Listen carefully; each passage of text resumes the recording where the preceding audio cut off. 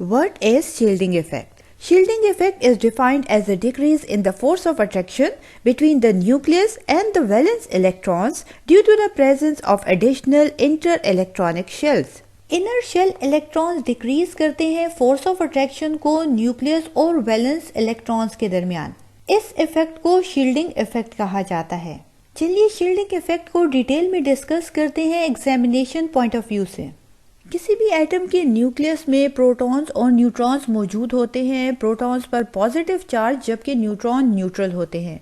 Nucleus के around shells या orbits में इलेक्ट्रॉन रिवॉल्व करते हैं और इन इलेक्ट्रॉन्स पर नेगेटिव चार्ज होता है। जैसा कि हम जानते हैं कि opposite charge always attract each other. यही वजह है कि पॉजिटिवली चार्ज न्यूक्लियस इलेक्ट्रॉन्स को जो कि नेगेटिवली चार्ज होते हैं अपनी तरफ अट्रैक्ट करते हैं। साथ ही हमारे पास इलेक्ट्रॉन्स के दरमियान रिपल्शन भी मौजूद होती है क्योंकि तमाम इलेक्ट्रॉन्स नेगेटिव चार्ज होते हैं और हम जानते हैं कि लाइक चार्ज जो होते हैं वो एक दूसरे को रिपेल करते हैं। अब यहाँ पर समझना हमने ये है कि शील्डिंग इफेक्ट क्या होता है। याद रखिए कि न्यूक्लियस के अराउंड शेल्स जिनमें इलेक्ट्रॉन रिवॉल्व कर रहे हैं, इन शेल्स को एनर्जी लेवल या ऑर्बिट्स भी कहा जाता है। याद रखें कि किसी भी एटम में जो सबसे आउटर मोस्ट शेल होता है इसे वैलेंस शेल कहा जाता है। इस शेल में मौजूद इलेक्ट्रॉन को वैलेंस इलेक्ट्रॉन कहा जाता है। इसके अलावा तमाम जो शेल्स होते हैं जो कि न्यूक्लियस के करीब होते हैं इन्हें इनर शेल्स कहा जाता है और यहाँ पर मौजूद इलेक्ट्रॉन्स को इनर इलेक्ट्रॉन्स या फिर कोर इलेक्ट्रॉन्स कहा जाता है। अब यहाँ पर आप देख सकते हैं कि जो फर्स्ट शेल और सेकेंड शेल है ये इनर शेल कहलाता है, जबकि थर्ड शेल जो कि आउटर मोस्ट शेल है इसे वैलेंस शेल कहा जाएगा और इसमें मौजूद इलेक्ट्रॉन को वैलेंस इलेक्ट्रॉन कहा जाएगा। शील्डिंग इफेक्ट हमारे पास याद रखें कि जो न्यूक्लियस के अराउंड शेल में मौजूद इलेक्ट्रॉन्स होते हैं, जैसा कि हम जानते हैं कि न्यूक्लियस इलेक्ट्रॉन्स को अपनी तरफ अट्रैक्ट कर रहा होता है क्योंकि न्यूक्लियस पर पॉजिटिव चार्ज जबकि इन इलेक्ट्रॉन्स पर नेगेटिव चार्ज मौजूद होता है। इलेक्ट्रॉन्स न्यूक्लियस से जितना दूर होता जाएगा उतना ही न्यूक्लियस का इफेक्ट उस पर कम होता जाएगा। वो इसलिए क्योंकि हमारे पास नेगेटिवली चार्ज इलेक्ट्रॉन्स जो होते हैं ये एक दूसरे को रिपेल करते हैं और ये चाहते हैं कि न्यूक्लियस का जो इफेक्ट हो वो इस पर ना पहुंच सके। यही वजह है कि जितने ज्यादा इलेक्ट्रॉन न्यूक्लियस के करीब होंगे उतना ज्यादा वो इस न्यूक्लियर इफेक्ट को फील करेंगे। जैसे जैसे इलेक्ट्रॉन्स न्यूक्लियस से दूर होते जाएंगे तो इन इलेक्ट्रॉन्स पर न्यूक्लियस की अट्रैक्शन भी कम होती जाएगी क्योंकि इन इलेक्ट्रॉन्स को नेगेटिव चार्ज होने की वजह से रिपल्शन भी फेस करनी पड़ेगी। फॉर एग्जाम्पल फर्स्ट शेल में मौजूद 2 इलेक्ट्रॉन्स न्यूक्लियस के सबसे करीब हैं और यहाँ पर कोई इलेक्ट्रॉन्स दरमियान में मौजूद नहीं। न्यूक्लियस और इस फर्स्ट शेल के दरमियान कोई इलेक्ट्रॉन मौजूद नहीं जो कि इन्हें रिपेल कर सके। यही वजह है कि न्यूक्लियस सबसे ज्यादा इन इलेक्ट्रॉन्स को अपनी तरफ अट्रैक्ट करेगा। अब जबकि अगर सेकंड शेल को देखा जाए तो यहाँ पर जो मौजूद इलेक्ट्रॉन्स होंगे ये भी न्यूक्लियस इनको अपनी तरफ अट्रैक्ट करेगा, लेकिन जो फर्स्ट शेल में मौजूद इलेक्ट्रॉन होंगे ये रिपेल करेंगे इन सेकंड शेल में मौजूद इलेक्ट्रॉन्स को सेम चार्ज होने की वजह से, ताकि न्यूक्लियस का इफेक्ट इन सेकंड शेल में मौजूद इलेक्ट्रॉन्स पर कम से कम पहुंचे। अब ये जो फर्स्ट शेल होगा ये एक शीट या प्रोटेक्टिव कोट का काम करेगा या स्क्रीन का काम करेगा जो कि न्यूक्लियस की इफेक्ट को इन सेकंड शेल तक पहुंचने में कम करेगा। अब ये फर्स्ट शेल एक शील्ड, प्रोटेक्टिव कोट या स्क्रीन का काम करेगा कि इस न्यूक्लियस के इफेक्ट को इस सेकंड शेल के इलेक्ट्रॉन्स तक कम से कम पहुंचाए। इसके रिजल्ट में हमारे पास जो न्यूक्लियस का इफेक्ट होगा इन सेकंड शेल के इलेक्ट्रॉन्स पर कम हो जाएगा। अब अगर हम थर्ड शेल को देखें तो थर्ड शेल जो कि वैलेंस शेल कहलाता है और इसमें मौजूद इलेक्ट्रॉन वैलेंस इलेक्ट्रॉन्स कहलाते हैं। अब इस पर हमारे पास क्या इफेक्ट होगा न्यूक्लियस का। अब देखिए अब की बार हमारे पास फर्स्ट शेल, सेकंड शेल यानी कि 2 शेल्स मौजूद हैं और उसके बाद हमारे पास आउटर मोस्ट शेल आ रहा है जिसमें 1 इलेक्ट्रॉन मौजूद है। इस 1 इलेक्ट्रॉन को बहुत ज्यादा रिपल्शन फेस करनी पड़ेगी। फर्स्ट शेल की इलेक्ट्रॉन्स की भी, सेकंड शेल में मौजूद इलेक्ट्रॉन्स की भी रिपल्शन फेस करनी पड़ेगी यानी कि ये जो हमारे पास फर्स्ट शेल है ये भी एक स्क्रीन या शील्ड का काम करेगा ताकि न्यूक्लियस का इफेक्ट इस आउटर मोस्ट शेल इलेक्ट्रॉन पर कम से कम पड़े। सेकेंड शेल जो है ये भी एक शील्ड का काम करेगा ताकि न्यूक्लियस का इफेक्ट जो है कम से कम करे इस वैलेंस शेल की इलेक्ट्रॉन पर। किस तरह से कम करेगा? इलेक्ट्रॉन्स रिपेल करेंगे इस वैलेंस शेल के इलेक्ट्रॉन्स को। अब न्यूक्लियस और वैलेंस शेल के इलेक्ट्रॉन्स के दरमियान जो अट्रैक्शन डिक्रीज हो जाती है इन एडिशनल इनर शेल इलेक्ट्रॉन्स की वजह से इसे शील्डिंग इफेक्ट कहा जाता है। शील्डिंग इफेक्ट जैसे स्क्रीनिंग इफेक्ट भी कहा जाता है। चलिए डिस्कस करते हैं शील्डिंग इफेक्ट से रिलेटेड कुछ इंपॉर्टेंट पॉइंट्स को।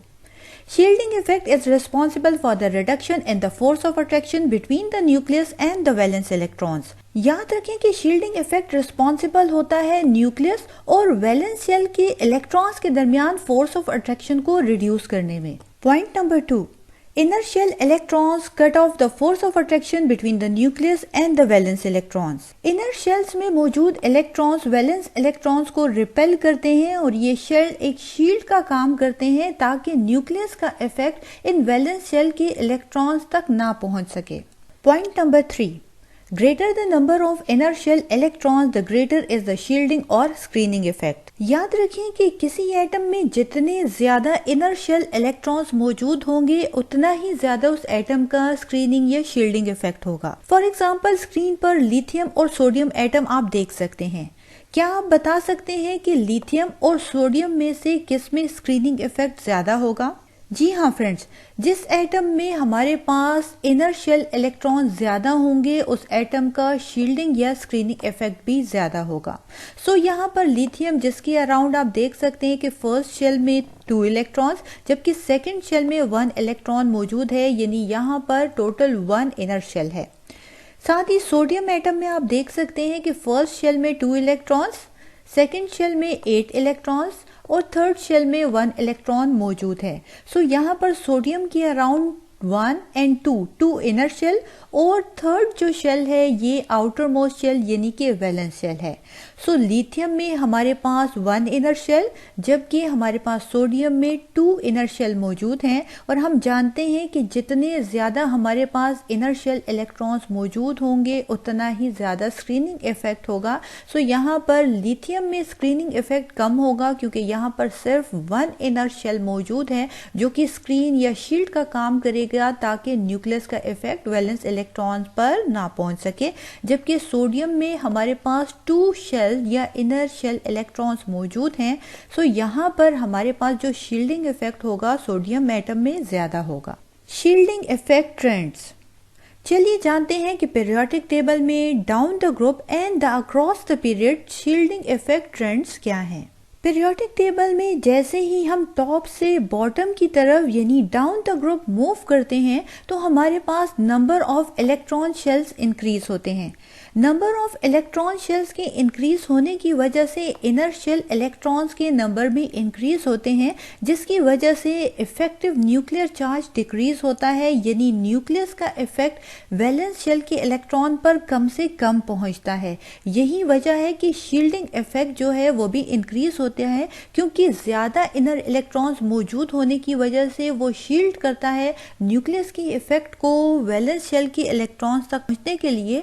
यही वजह है कि down the group inner shell के नंबर इंक्रीज होने की वजह से शील्डिंग इफेक्ट भी इंक्रीज होता है, जबकि अक्रॉस द पीरियड यानी कि हम पीरियोडिक टेबल में जब लेफ्ट से राइट की तरफ मूव करते हैं तो शील्डिंग इफेक्ट कांस्टेंट होता है। वो इसलिए क्योंकि हमारे पास नंबर ऑफ शेल जो होते हैं वो सेम होते हैं। सेम नंबर ऑफ शेल होने की वजह से इनर इलेक्ट्रॉन्स जो होते हैं वो भी कांस्टेंट होते हैं। यही वजह है कि हमारे पास शील्डिंग इफेक्ट भी कांस्टेंट होता है अक्रॉस द पीरियड जनरली, क्योंकि हम जानते हैं कि जब हमारे पास इनर शेल इलेक्ट्रॉन ज्यादा होंगे तो शील्डिंग इफेक्ट ज्यादा होगा, जब इनर शेल इलेक्ट्रॉन्स कम होंगे तो शील्डिंग इफेक्ट भी कम होगा। लेकिन अब की बार हमारे पास अक्रॉस द पीरियड जनरली जो शेल नंबर होते हैं वो कांस्टेंट होते हैं, यानी कि इनर शेल इलेक्ट्रॉन नंबर भी कांस्टेंट होंगे। यही वजह है कि शील्डिंग इफेक्ट याद रखें कि अक्रॉस द पीरियड कांस्टेंट होता है जनरली। चलिए एग्जामिनेशन पॉइंट ऑफ व्यू से चंद इंपॉर्टेंट एटम्स का का कंपैरिजन करते हैं और जानते हैं कि किस एटम की शील्डिंग या स्क्रीनिंग इफेक्ट ज़्यादा है। स्क्रीन पर मौजूद फ्लोरीन और क्लोरीन एटम को आप देख सकते हैं। क्या आप बता सकते हैं कि फ्लोरीन और क्लोरीन में से किस एटम का शील्डिंग इफेक्ट ज़्यादा होगा? डेफिनेटली जिस एटम में इनर इलेक्ट्रॉन शेल ज़्यादा होंगे उस एटम का शील्डिंग इफेक्ट भी ज़्यादा होगा। सो यहाँ पर फ्लोरीन एटम में आप देख सकते हैं कि 1 इनर शेल इलेक्ट्रॉन्स मौजूद हैं और सेकेंड शेल में मौजूद इलेक्ट्रॉन्स जो कि वैलेंस इलेक्ट्रॉन्स कहलाते हैं, जबकि क्लोरीन यहाँ पर फर्स्ट शेल में 2 इलेक्ट्रॉन्स इनर इलेक्ट्रॉन्स कहलाएंगे, सेकेंड शेल में मौजूद 8 इलेक्ट्रॉन्स भी इनर इलेक्ट्रॉन्स कहलाएंगे, यानी कि क्लोरीन में 2 इनर इलेक्ट्रॉन्स मौजूद हैं और थर्ड शेल जिसमें 7 इलेक्ट्रॉन्स है ये हमारे पास वैलेंस शेल या आउटर मोस्ट शेल कहलाता है। सो यहाँ पर क्लोरीन में इनर शेल इलेक्ट्रॉन ज़्यादा हैं, यानी कि 2 इनर शेल में मौजूद हैं एज कंपेयर टू फ्लोरीन जिसमें 1 इनर शेल है। यही वजह है कि हमारे पास क्लोरीन की स्क्रीनिंग या शील्डिंग इफेक्ट ज़्यादा होगा as compare to fluorine.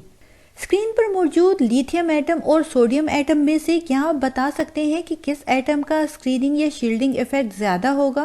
Definitely जिस एटम में इनर शेल इलेक्ट्रॉन ज़्यादा होंगे उसका शील्डिंग इफेक्ट भी ज़्यादा होगा। सो यहाँ पर लिथियम एटम में हमारे पास 1 इनर शेल मौजूद है जिसमें 2 इलेक्ट्रॉन्स है और यहाँ पर इसके बाद आप देख सकते हैं कि वैलेंस शेल का इलेक्ट्रॉन मौजूद है, जबकि सोडियम एटम में फर्स्ट इनर शेल में 2 इलेक्ट्रॉन्स, सेकेंड इनर शेल में 8 इलेक्ट्रॉन्स मौजूद हैं, यानी यहाँ पर 2 इनर शेल इलेक्ट्रॉन्स मौजूद हैं और जो इसके बाद आउटर मोस्ट शेल है इसमें 1 इलेक्ट्रॉन मौजूद है।